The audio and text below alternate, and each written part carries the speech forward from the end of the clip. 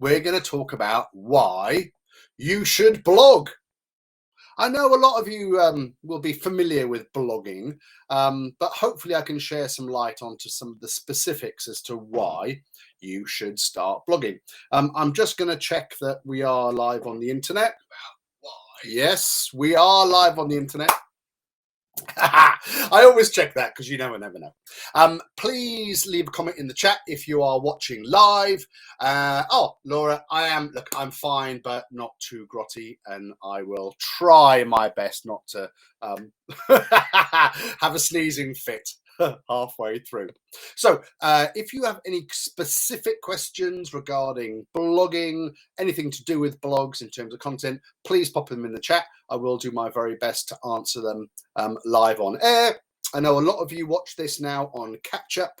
I'm not sure it's officially called Catch Up, but you get a notification through in your section, and then you're able to click on it and watch this video, not live, even though it's recorded live. Hey, I also get asked regularly, like, do I have a script?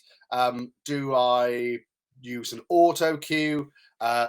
No, I literally make some notes on my Remarkable. I can't find the charger at the moment, so I really hope it doesn't run out. So I make some notes. If you see me glancing down, it's just to make sure that I sort of keep on track. But I can assure you, we're completely and utterly live and unscripted. Right, let's dive into it. If you've got a pen and paper handy, then please make some notes. I shall try and make this as informative as I possibly can. So, what is a blog? Let's just start there. The history of blog, the very first blog stems back to 1994, believe it or not, by a college student called Justin Hall. Then in 1997, it was typically referred to as a weblog. And in 1999, the weblog was abbreviated to just blog. So we dropped the WE and then it became a blog. And since blog has been around, which I guess is the written word with pictures, we now have vlog, which is obviously for video blogging. So they're the two sort of genres in terms of blogs. When it started, I guess it was more of a sort of a personal journal.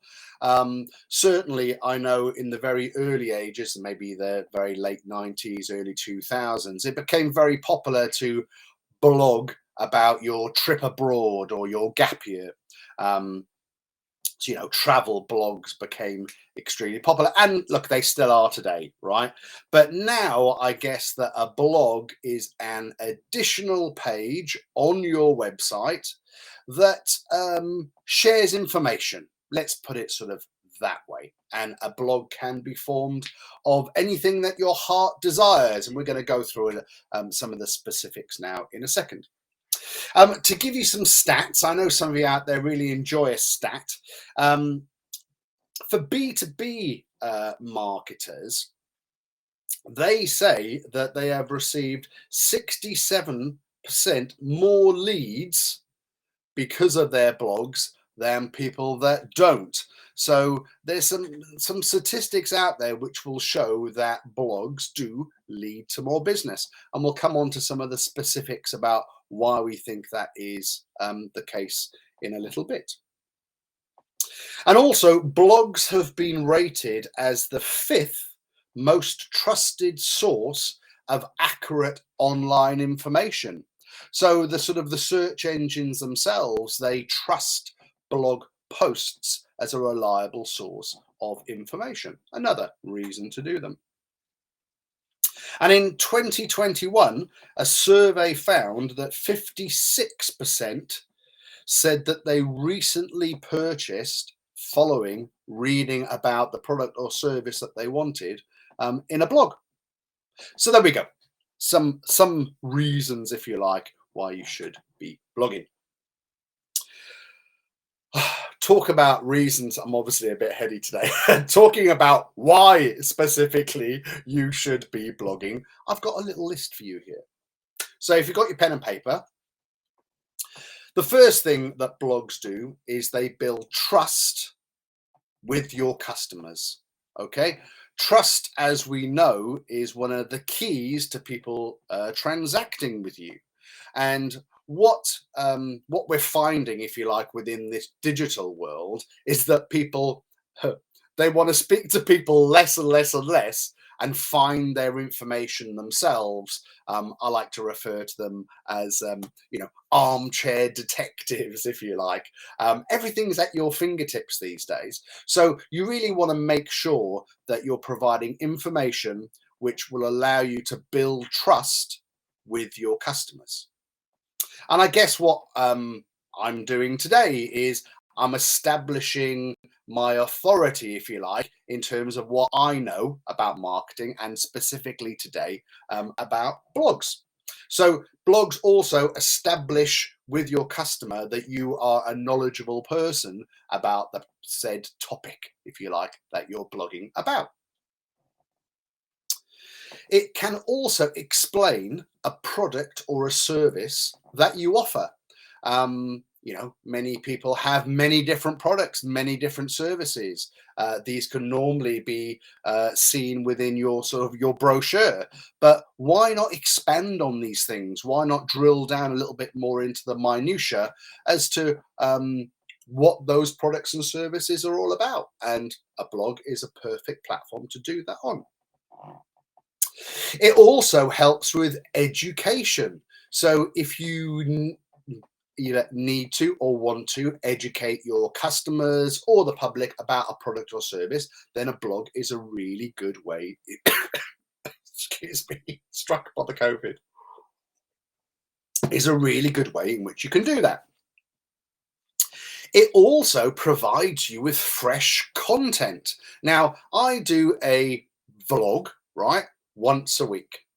Now, across a typical month, I'm going to get 4 or 5, depending how many weeks there are in the month, 5 new bits of content that I can add to my website, that I can add to an email campaign, that I can add to a newsletter, that I can add to my socials or cut them down for my social media. So one really good reason as to why you should blog is the easy creation of content that's repurposeful, okay, across your platforms. Another reason why you should blog is it can drive traffic to your website. Okay, it can be part of your inbound marketing, and that's one of the things that we all want to do. Is we all want to drive, people to find us, if you like, from the internet. And the one thing that blogs do is it helps you to do that. And I talked about the fact that search engines trust blogs. It's one of the top 5 things that it's the 5th thing that they trust the most.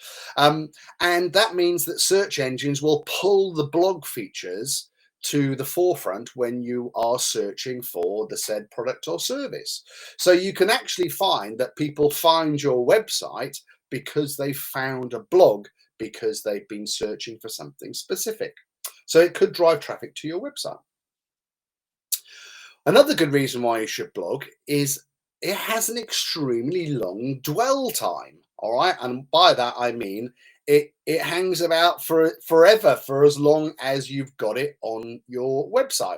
And the longer that it's there and the more people that visit it, the more kudos, if you like, or credibility that particular post will get, and the more the search engines will promote that when people search for that particular keyword. So it's a very sort of cheap and efficient way of getting information out there that's going to stay around and work hard for you. Specifically with social media content, it's there and it's gone. But with blog content, because you're actually putting it up as a separate page on your website, it's going to be there for, I know social media is there forever if you go searching deeply for it, but with an additional web page to your website, then it is going to get found more often for longer. It's going to be relevant. The other reason why you should blog is it helps boost your SEO, or your search engine optimization. So not only by the sort of the content that you're putting within your blog, but one of the things that Google is looking for, well, not just Google, but all search engines are looking for, is when was this website last updated? And by updating a weekly blog, it knows that it's been updated recently, and that means that it's an active website, and the search engine is happy to promote it. Yeah. And the last, I mean, I'm not saying that I've hammered out all of the reasons why you should blog, but I've got a pretty long list. The last one, and this is in no particular order, is that you could utilize your blog as a sales tool. And I don't just mean taking it and repurposing it as a sales tool, but certainly taking the bunch of the content that's on there and perhaps repurposing it. Or let's say on an email signature, you could add a link to the blog from your email. Or if you're having a conversation with one of your potential clients and they're asking a tricky question that everyone always asks, why not say to them, look, it might help if you read this blog that we've written on this specific subject. Whew, how's that? Did you write all that down? That's a long list of why you should blog. I'm just going to have a little sip.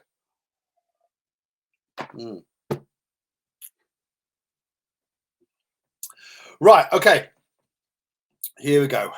Just making sure I'm feeling a little bit heady today, so perhaps I'm not flowing as well as I should. Right, what about where to start with blogging? So a lot of people are like, well, where do I start? What do I blog about? Think about this. What are the most common questions that you are always being asked by your customers or your potential customers? So when people engage you, what are the typical questions that they're asking?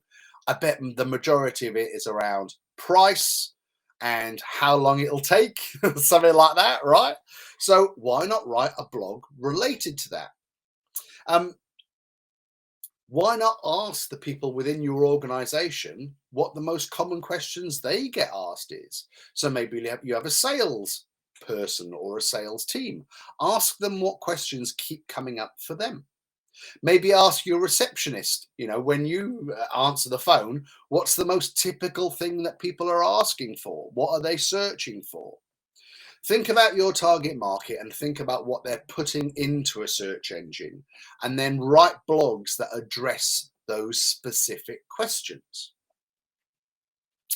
Why not pick a product or a service that you offer? If you have multiple products and multiple services, then pick one and write a blog about those specific services. Why not pick an industry pinch point or something that's in the headlines at the moment? Maybe if you're operating in the eco space, write about how, your products are more eco-friendly than the rest, or write a blog about eco products, and maybe don't even mention your own eco products. I'll come on to that in a second. What about the industry pinch point that I just referred to? Why not talk about whether, or the pros and cons of Apple versus Android? Sort of maybe thinking about sort of a subject that is topical and that people will be searching for. Why not have a look about what your competitors are doing? So if you're struggling of knowing where to start, I mean, I always say that there's no such thing as a new idea. So why not go onto your competitor's website and see what they're blogging about? Maybe that will give you some insight into where you should start. Now, I've broken this up. Maybe it's not sort of flowing, but I've put together here some tips for better blogs. Right, here's the tip number one, and I sort of referred to it just now, right? Be impartial. Don't be salesy. Don't be selling.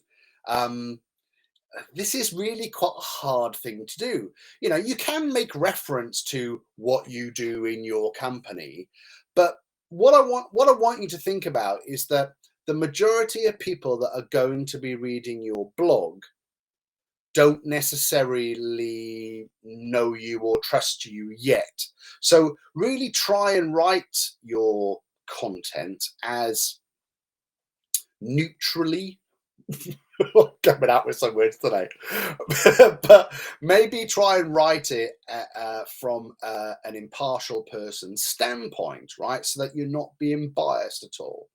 And one of the examples that I use regularly, and I've used this with a number of my clients, and I've not yet found one that's brave enough to do this, is maybe if you wrote a top 5, phone rang again. This happens to me all the time, right?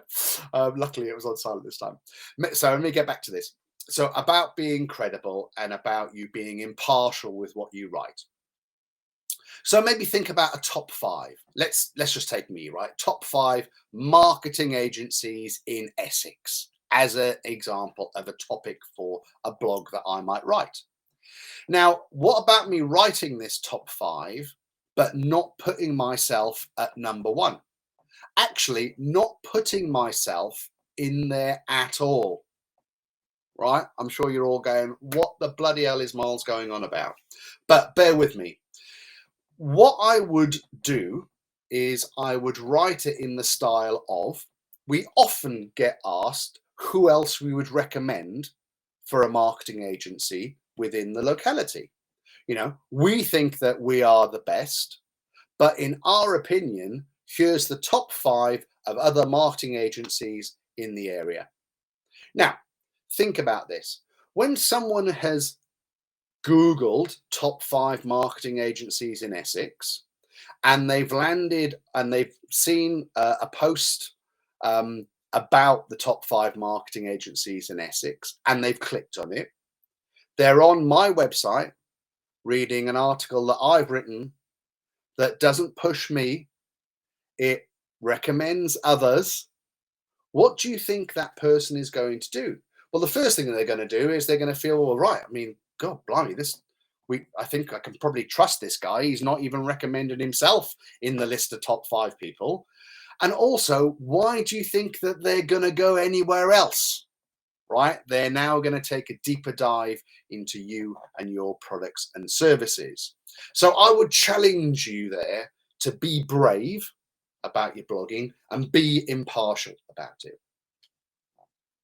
Maybe you want to offer some free resource. Maybe you can download the part of an but part of an ebook or a brochure or a little snippet into some kind of gated community that maybe you offer.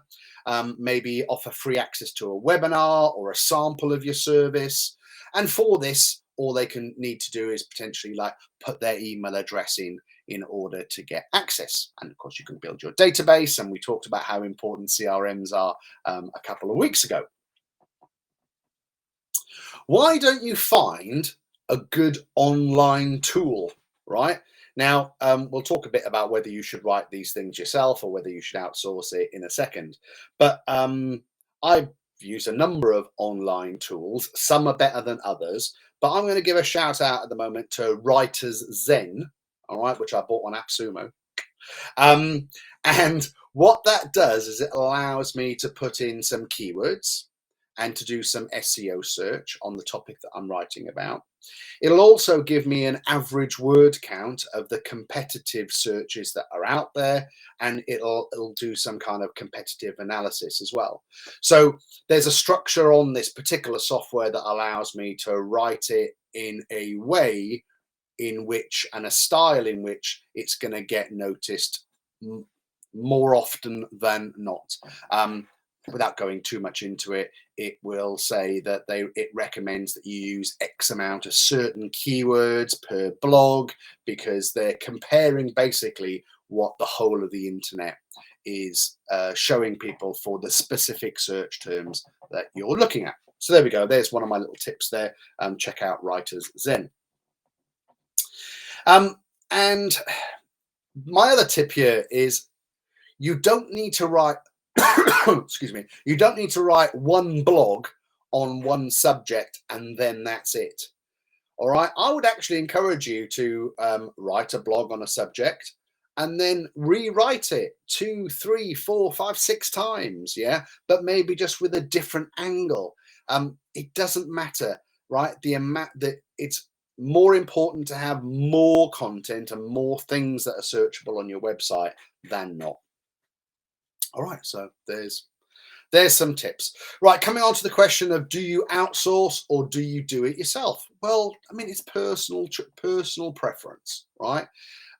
Ultimately, I would say that if you have the skills and the time, or maybe within your business you've got some resources, then writing it yourself is always going to be the best way.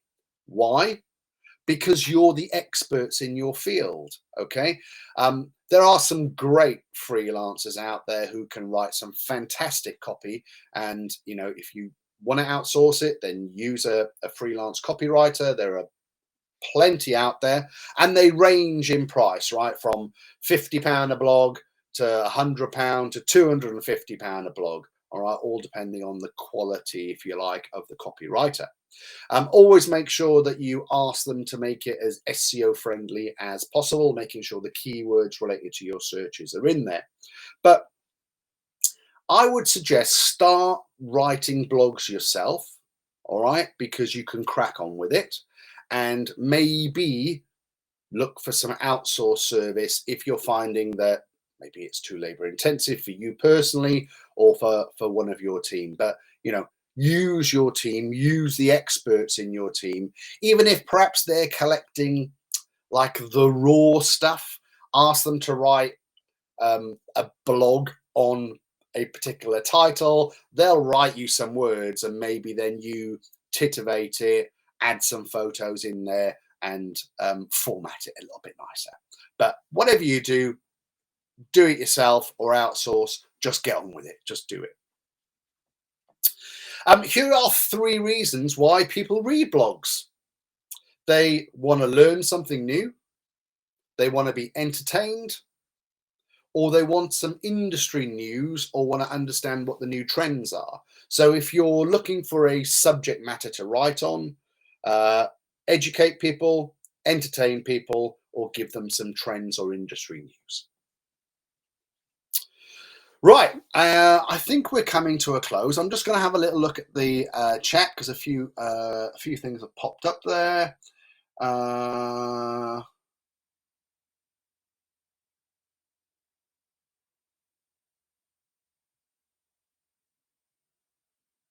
Yeah, okay. So Philip's saying that basically writing blogs are, you know, labor intensive. They need to be at least 1,000 words, and they take a lot of time to generate, and that it's too much for him. Well, then I'd suggest perhaps subbing this out to a freelancer. Like I said, there are some affordable ones out there. I know that you're you're a charity there, Philip. But I would say, you know, maybe think about some vlogs. All right. If writing the blogs are too labor intensive, think about short videos talking about the subject. If their tagging is just as good on that, they can also be effective tools. And Laura, yeah, it is. Look, it is interesting, and blogs definitely give you more credibility within your subject matter, and it's not going to harm, right?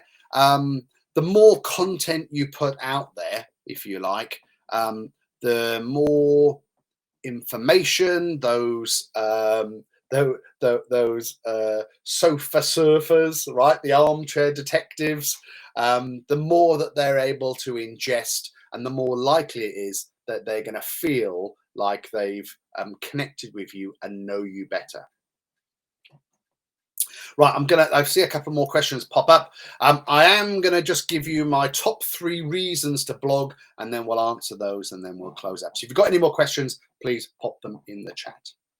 So my top 3 reasons to blog are: it provides fresh content for your website, for your marketing. So, you know, think about repurposing the content. So as an example, today, this is being recorded, and I will repurpose this. I will upload it to my website So then we've got a fresh piece of content on my website. And if I wanted to, I could chop down some little sound bites and repurpose it on social media. And I can also make reference to it in an electronic newsletter or in an email campaign. The second reason is that it establishes your authority within your subject matter, either your company or your personal brand, depending on whether you offer a product or a service. And it really does help build that trust. I can't emphasize enough how the majority of purchasing decisions that we make are made specifically around trust. And the last one is the SEO that it builds. The more keywords that you put into your blogs, the more content you put on your website, the more often you refresh the content on your website, the more likely that when people are searching for the answers to the questions they have, that they will find a piece of content that you have written and that your competitors haven't. Don't forget that people are asking the internet for answers to questions every single moment of the day. And if you want to get found, I would suggest that you write content that answers those particular questions. Right, just coming to the close now. I believe that's all I wrote. Yeah, that is all I wrote. Oh, we're doing well on time, and I've managed to survive. So Laura's asking what she often does is actually talk. Yeah, to talk into a Word doc and then quickly edit it after. Yeah, I mean, look, whatever you find is good for you. You can also record a video and you can send it off to translation services who will give you they'll transcribe it and give you the script, if you like, to it. So that's another easy way of producing a blog if you don't like writing content, if you're much happier being vocal about it. There are also some VA services out there that if you wanted to use a dictaphone, how old am I? But if you wanted to record a voice note, you could send it off to a VA who again would type it up for you. So there's loads of different ways in which you can get around it. What I would just urge you all to do is get creating content, get blogging, get vlogging, do something to increase your presence out there, build that trust, build that authority, and make yourself a little bit more visible to get found. So thank you so much indeed, Laura and Philip, for watching live. I hope those that watch it on catch up have enjoyed this. If you have any specific questions, please drop me a line. I put my mobile number up on screen because get in touch. Yeah, send me an inappropriate GIF. Now there's a challenge. So I'm going to go off and nurse this COVID-ness. I thank you all indeed very